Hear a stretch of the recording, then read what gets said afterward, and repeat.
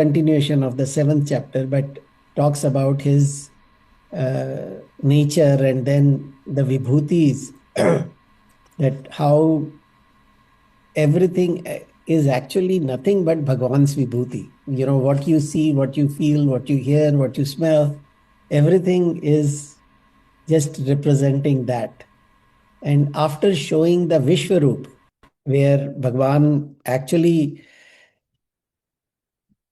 in that form, he shows him something that, appears as everything is in it. It's like a total vyashti where after explaining that, but Bhagavan has already talked about his nature as achintyoyam. That means that which cannot be thought of. It cannot become an object of knowledge. That's the main thing, that it is the subject itself. It is the sakshi in us, that because of which every experience is possible. And everything that we see outside the world is Bhagwan's vibhuti only. It is the expanse of Bhagwan. We'll talk more about it. So, because bhakti is also mentioned in different ways, because Arjuna had asked this question multiple times: how do I attain you? In what way I should worship you? Kis bhav se main aapko, prapt karu? That whole idea of bhakti is woven through, different chapters. But here it is basically going to talk about that. क्योंकि in the 11th chapter towards the end, Bhagavan talks about, कि those who know me by tattva, in essence, gyatum, drashtum and pravishtum, that means the one who has known me, then he has visualized me and then enters me, pravishtum. But why? But by what? By the tattva, the essence, because only two things can become one, those which are similar in nature, like water and water. If you combine it, you cannot differentiate it after that. So the nature, the tattva of vyashti and samashti is one and the same. So anyways, because Bhagavan says, with what attitude, in 11th chapter, Bhagavan talks about Mad Bhakta, that my Bhakta, he is what? Sangha Vivarjitaha, who is unattached to the world and who is nirvair, no animosity, basically no ragadvesh.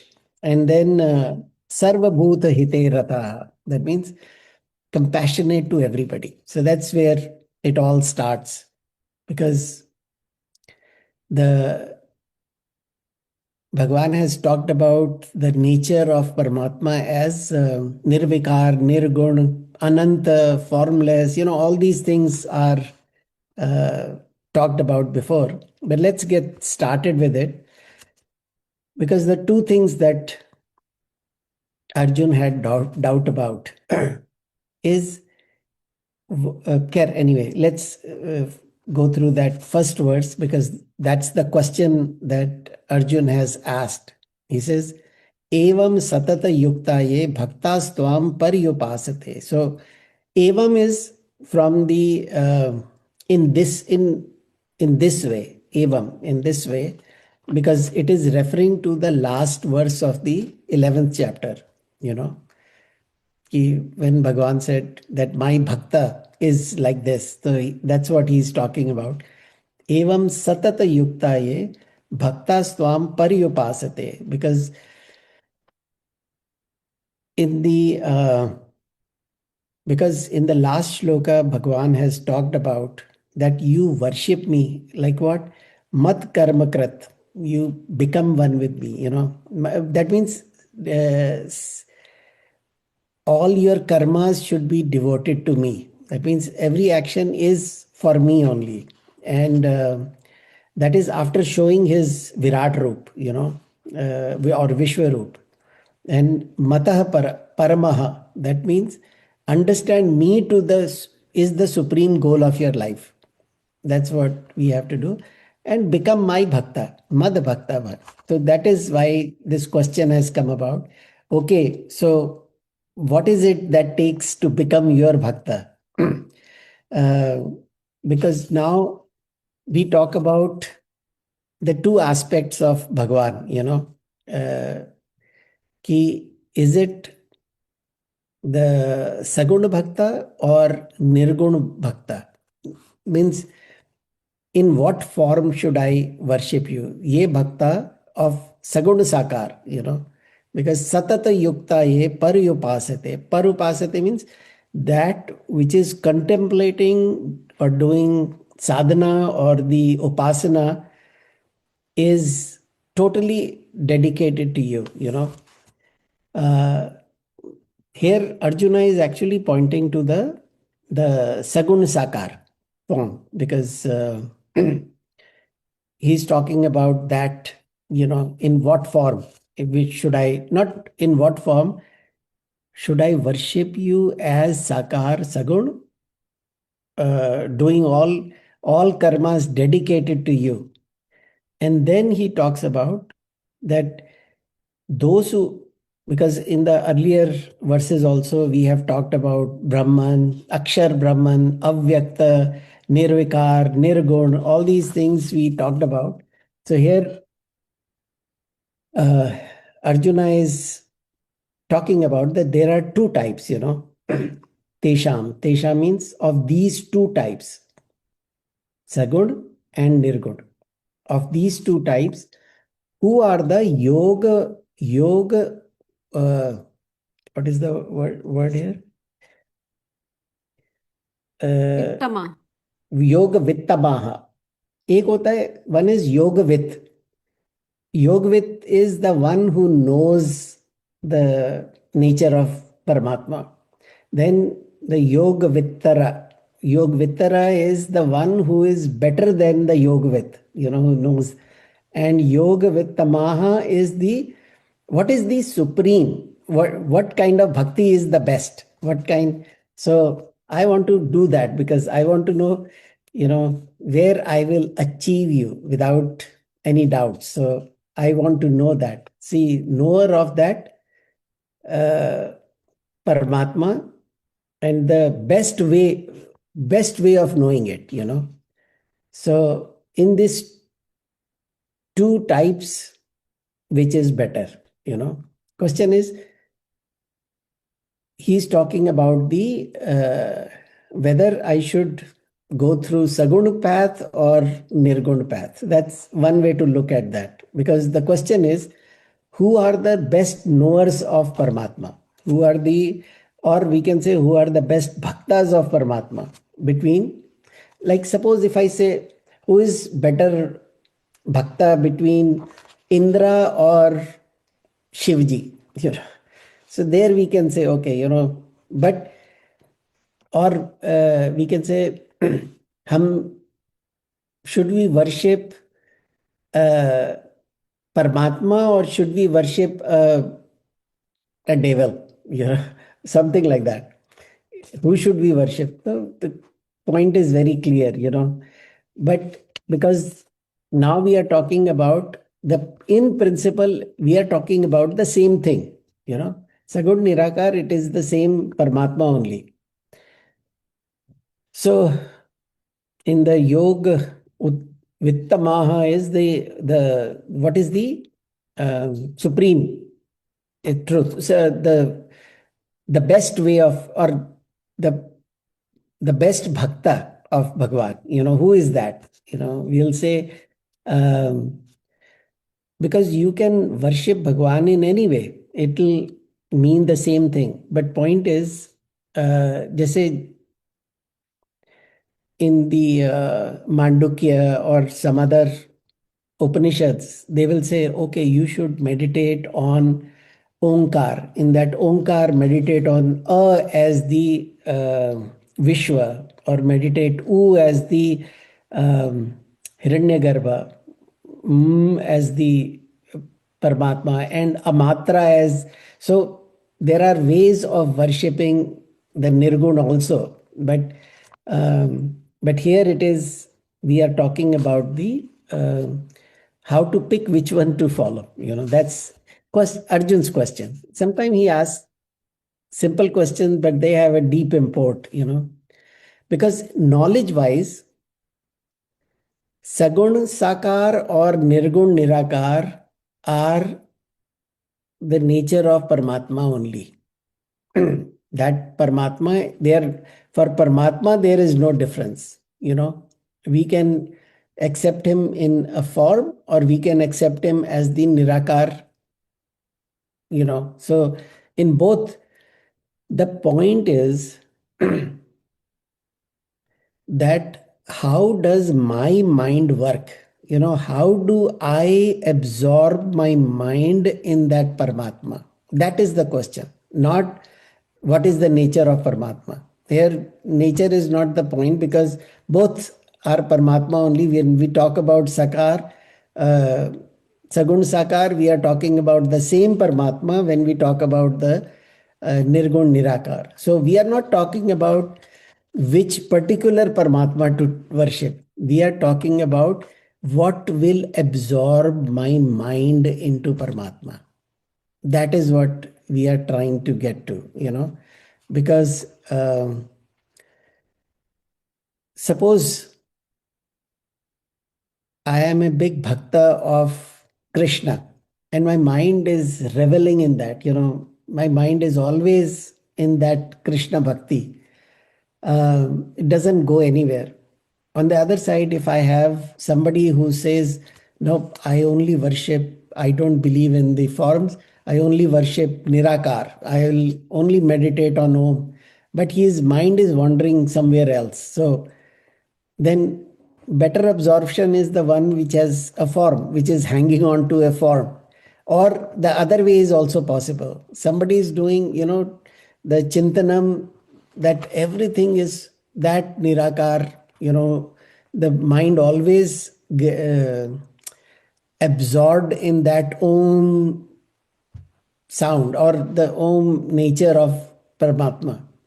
And on the other side, there is somebody who's always changing. Oh, today I'm worshipping Ganeshji, tomorrow I'm, Ramchandraji and Shivji, and then keep changing. So the mind is not fixed on one. So in both ways, the point is, where does the mind gets absorbed? That's what it is. Doesn't matter. So because nature of Paramatma is both Sagun and Nirakar, Nirgun, as both of them. So there are two things: knowledge and absorption. So knowledge is same. So Sagun and Nirgun, both we have to understand, because point is we have to fix our mind in something. This is where the bhakti starts. What do you start with? Paryupasate. That means it is the a supreme form of upasana, or upasana plus meditation. You can put it all together. Paryupasate. So upasana means sitting near. That's what upa means near. So when you sit near, or the your object of meditation, or your object of worship, or altar of worship, whatever we want to, however we want to refer it to. So you are sitting near that. That's where the mind is. That means it is not physically you are sitting near it.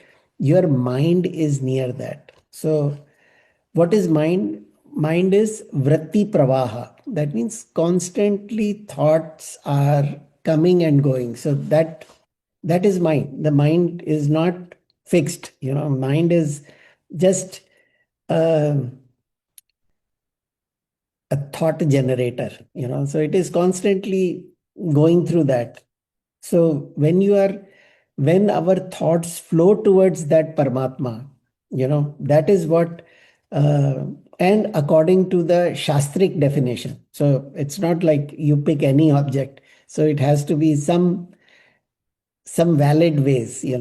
So, and unbroken, that is the other Satata Yukta. Yukta means integrated. Satata Yukta means that your mind is continuously in that direction. It is not like wavering. It's like sometimes if you have a water through a faucet, it'll splitter splatter, but they say that when you are pouring some oil, it has a very straight line, it is very focused, continuous. So that's what satata yukta. That means the the dhyan, meditation or worship is very focused. That's what it is. Whether whatever we are doing, whether it is some secular work or religious work, or towards something to for a higher cause or towards Bhagwan, uh, the mind has to be single pointed, because the mind has to say, no matter what I am doing it for Bhagwan. My mind is it's not like I have to repeat that, oh, I'm doing it for Bhagwan. Bhagwan, this is for you. This that we don't have to do, but it should be something at back of our mind that I am doing it for a better cause, for Bhagwan. That's the highest cause you can do, because everything is Bhagwan only. So whatever I am doing is for that. When we do Akshar Upasana, that's what the other one was, where he's saying that Aksharam Avyaktam. Akshara is that unmanifest Bhagwan, that जैसे somebody is just focused on that manobuddhi, hankar, chitta, ninaham. I'm not that. Just focused on that nature of Paramatma. क्या था? अहम निर्गुणम निर्विकल्पो निरीहम, चिदाकाश रूपम. So that kind of uh, vichar, that kind of meditation is the meditation on akshar. Avyakta means unmanifest. That means it has not manifested into any form. It is still in its own nature. So because when we did even in the the meditation on nirgun, we can always, if you guys remember when we did Drigdrishya Vivek, we talked about that there were 6 types of upasanas that were given, not 6 types of uh, meditations were given. They said there is Savikalp Samadhi, there is Nirvikalp Samadhi. And in the Nirvikalp Samadhi is what happens. Cervical Samadhi is where the meditator and meditated on are both present. So there is duality in that. So they said that when we see anything in this universe, we have to see it that it has 5 aspects. Anybody remembers that? Asti, Bhati, Priya, Nam, Rupa. So the first 3 are the aspects of that Brahman, Paramatma. And the last 2 are what has been superimposed on it. Just like, if you meditate on uh, any object for that matter, if I meditate on a book, I say, okay, Asti Bhati Priya is the Asti. Let's just talk about Asti. The isness of something is because of the Paramatma only. The isness belongs to Paramatma. Anything that is, when we say is, that means there is the the Paramatma aspect in that. And Nama Rupa is the current state it is in, name and the form. Like if I say table, table is, then the isness of that table is only in that current state. Before that, It was wood. So we would say wood is. Now we say wood was, but the the woodness is still present in that table. The woodness has not gone away. So the substratum of that table is wood, just like gold and bangles. So the gold is not, it has not transformed into a necklace. Gold is always, the Nam Roop is, now we call that gold as a necklace, So we have given a Nam Roop. So the mind, when it is only focused on the substratum, that we are not worried about the Nam Roop can come and go. So that is where we focus on, that substratum, which is Paramatma. So that is when we talk about Nirgun Nirakar, So that kind of dhyan is that. So, or we can say when our mind is on Adhishthan, on the substratum, then it is Nirgun. When it is uh, on a form, whether we are worshipping Ganesha, whether we are worship Shivji, whether we are worshipping Bhagwan Ram or any other, you know, form that Bhagwan had taken, so whichever is attractive to us. So that is what.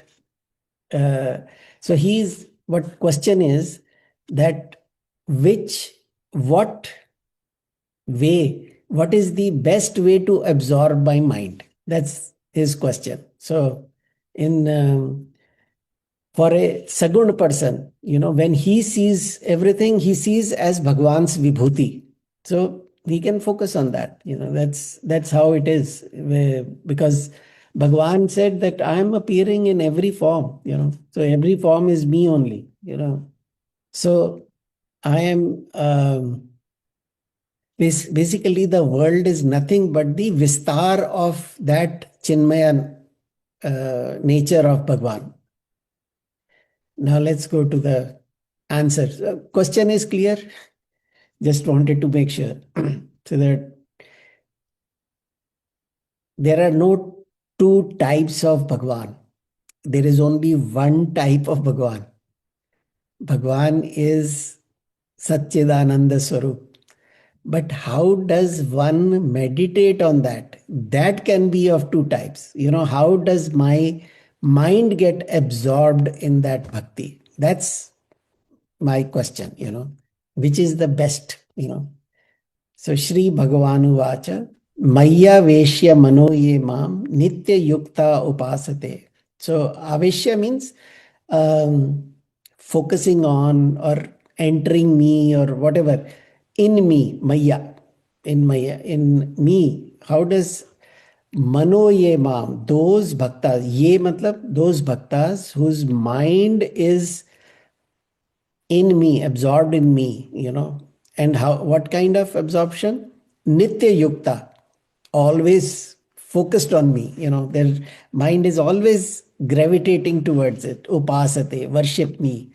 Shraddhaya Paryopetaha. Shraddhaya means with lot of extreme faith, with that with lot of faith they surrender to me, or te me yukta tamamataha. So mata means in my opinion. Bhagavan is saying in my opinion. By the way, you have asked me this question. In my opinion, that is basically Bhagavan is saying for sagun, because when Bhagavan said ye bhaktaha, that means he's talking about, because the pointers have been pointing to the sagun right now. So in the next verse, Bhagavan talks about nirgun also.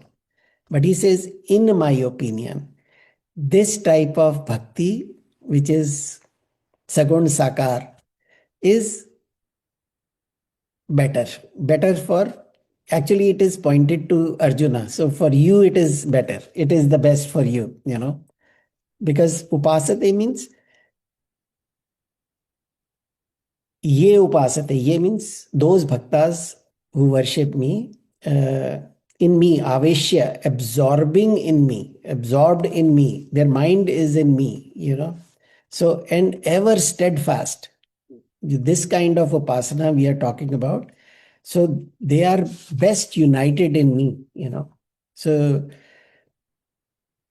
because this verse is talking about Saguna Bhakta, the Bhakta whose mind is it's easier for us, it is much easier that way because the questions are, if we think about what are the question, that a devote, if am learning about Bhakti Yoga, the questions would be, what is devotion? What is the altar of devotion? Who is to be worshipped? Who is a devotee? And what are the means of that devotion? And then the last would be, what are the obstacles in getting there, and how do I overcome those? So these are the questions that you will see getting answered in this particular chapter. So, do you have a question for now, or can we do it later? We can do it later. You were asking if the first verse was clear. We'll see Okay. about that. But I can also wait till the end, Rajivji. Okay. So, so these 20 verses basically talk about the total vision of devotion. That's what we will be discussing through this chapter. So, in this Saguna worshipper, Saguna Sakar worshipper, so we worship with the idea of a form, that Bhagwan is in a particular form, and whether we do upasana, we do kirtanam, we do service of the mankind in for Bhagwan. When we get into this, so that is the nature of that. And when we talk about the Nirgun, we are talking about the Sat Swarup of Bhagwan. We are not talking about the form of the Bhagwan. We are talking about the substratum, So the pointers that Bhagwan has given about a bhakta, that is important.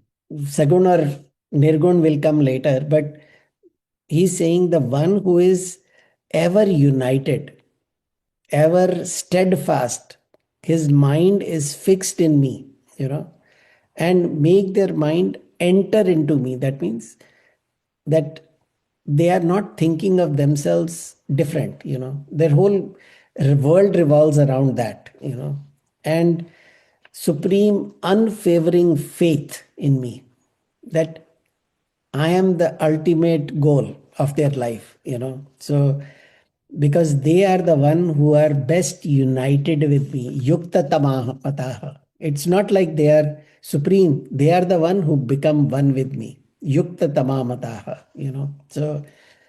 so supreme unwavering faith, nitya yukta, so all these things are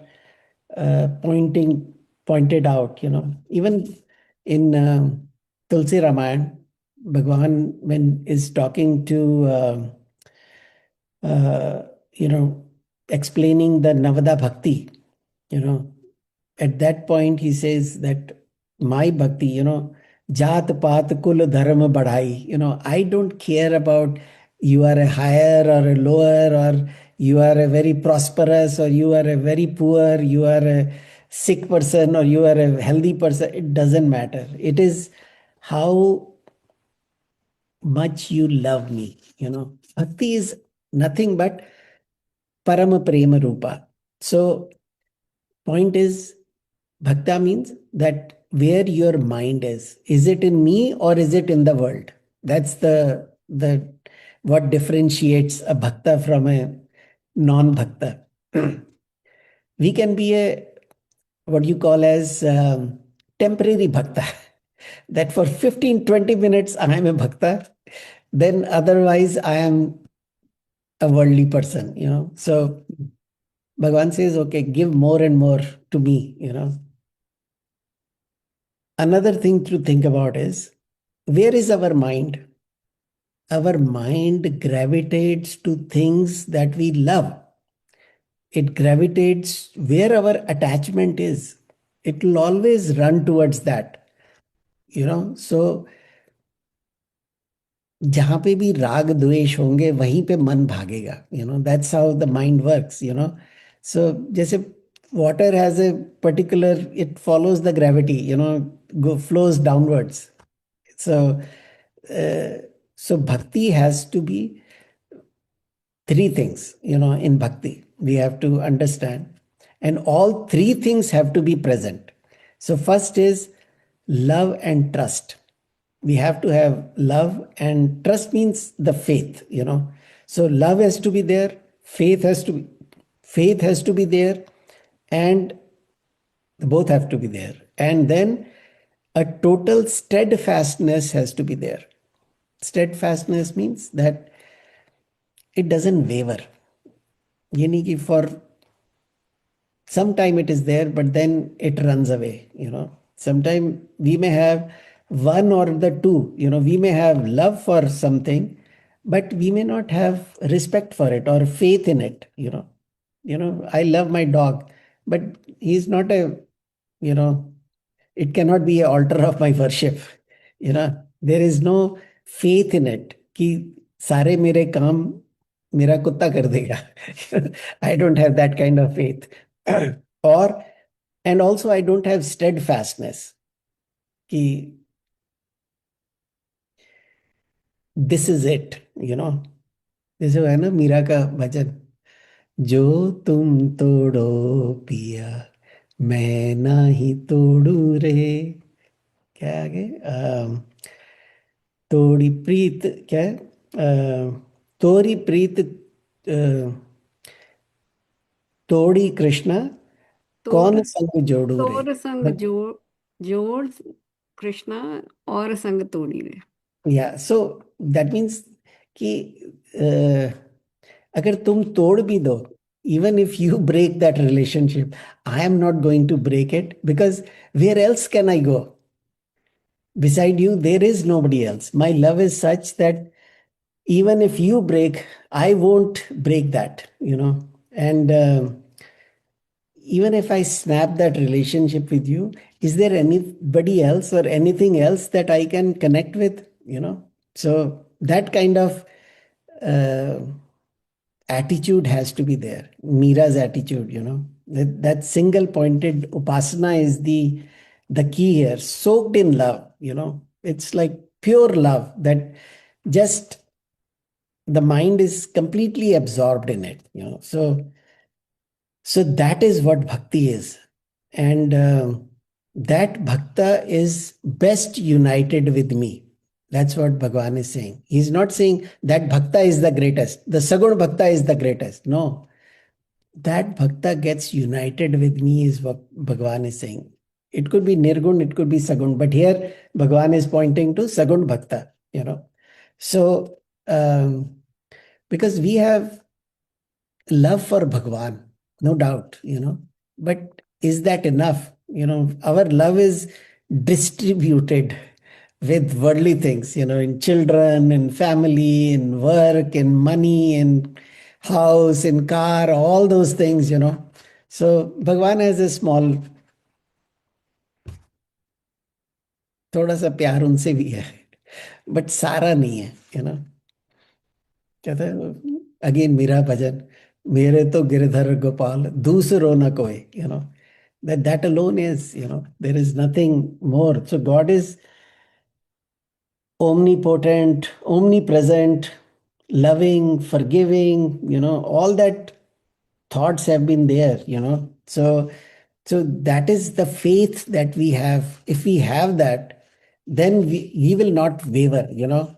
So I don't have to tell God what I need, you know, because our problem is that we think that God is a wish fulfiller. मैं जो मांगूंगा भगवान दे देते हैं, you know. भगवान मेरी सुनते हैं. और I will have a intermediary somebody, you know. ये जो स्वामी जी है ना, ये अगर कहेंगे तो भगवान सुन लेंगे, you know. All this thoughts are there. We don't think that भगवान is not a wish fulfiller. Bhagwan is actually just well wisher.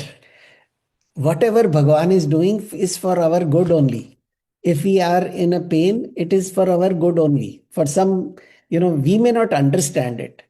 At this stage of our understanding, we know we may not get that.